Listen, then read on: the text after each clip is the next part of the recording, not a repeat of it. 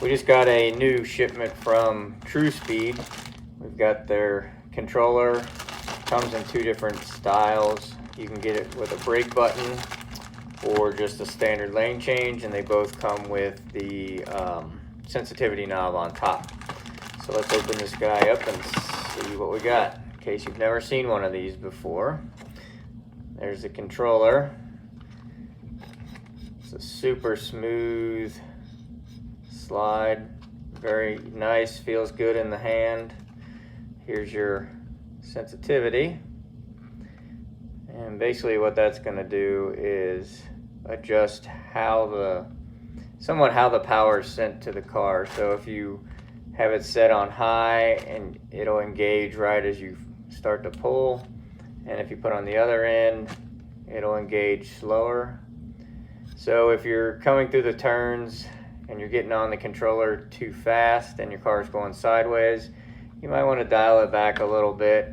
It's kind of like a delay, gives you a little more time before you drop the hammer and get sideways. So if you can't train yourself, this is kind of a helper for you. So moving on, where's my little pointer here? So this one has right here, you can adjust this to make the tension of the spring lighter or stronger depending on your preference. I'm pretty happy with it the way it comes out of the box. I'm pretty sure you will be too. And right here, this piece that sits right on the back of this trigger up top, sometimes that'll get dirty or tarnish. So you just take a little alcohol or maybe a little lighter fluid. We use alcohol mostly, and you can wipe that down. What that does is when it comes and touches this piece back here, that engages the full brake when those two make contact. So, and if it's not clean, it may not function exactly how you want it to. So make sure you keep that clean. It's really easy. Just take a Q-tip, wipe it off. If you've heard of voodoo juice, you can use that as well. If you want to lubricate this, you can also put a small drop of the voodoo juice on here, and then you just wipe it a couple times and it's lubed and ready to rock. You don't have to do it, but it would be, it wouldn't be a bad thing to do. And this one, as you can see, is a no brake, extra brake controller. It just has the lane change button. I use just the lane change button controller, but there are several people that like the brake button. We had a racer at the shop. He used this button a lot, and I can only assume that his fuel savings was because he was using this brake. I never got around to asking him how, and unfortunately he has since passed away, so we'll have to figure it out on our own. It's got the standard telephone plug on this end and the Carrera plug on this end. Where are we at here? There we go. So it's got the offset here. So that's pretty much plug and play as far as that goes. And then if you have big man hands, or you just want to use more than one finger to use the controller, they also send you a longer extension for the controller. So there's that one. Let's set this aside. This one is the one with the brake. Everything's identical. The only thing I'll show you is, basically what it looks like.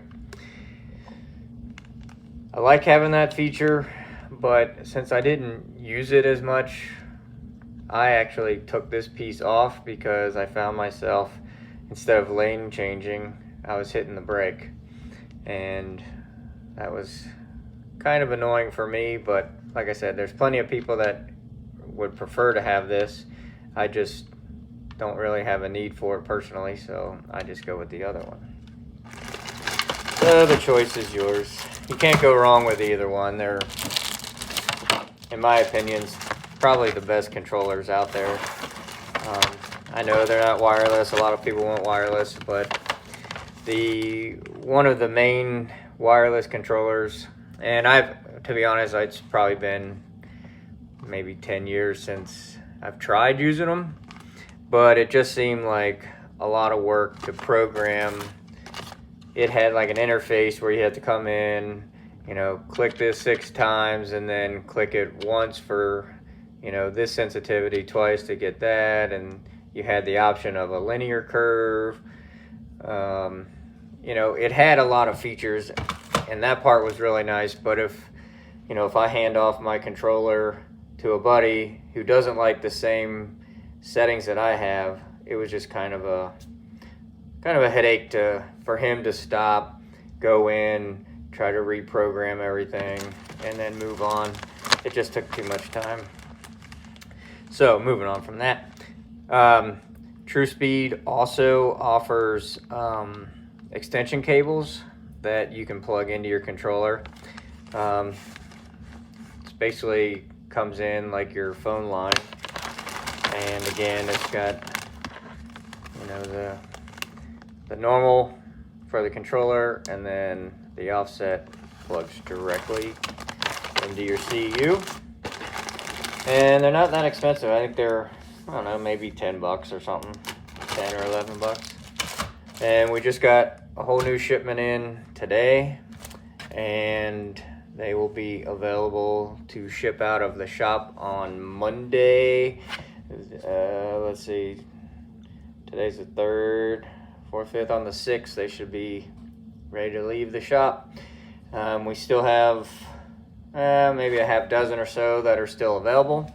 So if you're looking for a lot better controller than the thumb plunger, then I would give the Truspeed, give them a chance. I always recommend people buy one. If they like it, go get another one. That way, if for whatever reason, I don't know why you wouldn't, but if you didn't like it, you were only out one controller instead of buying a few. But I don't know of anyone that's bought one and not come back for 3 or 4 of them. So all right, that's all I got right now. So go visit our website, cincyslots.com, CINCYSLOTS.com, and get your order in.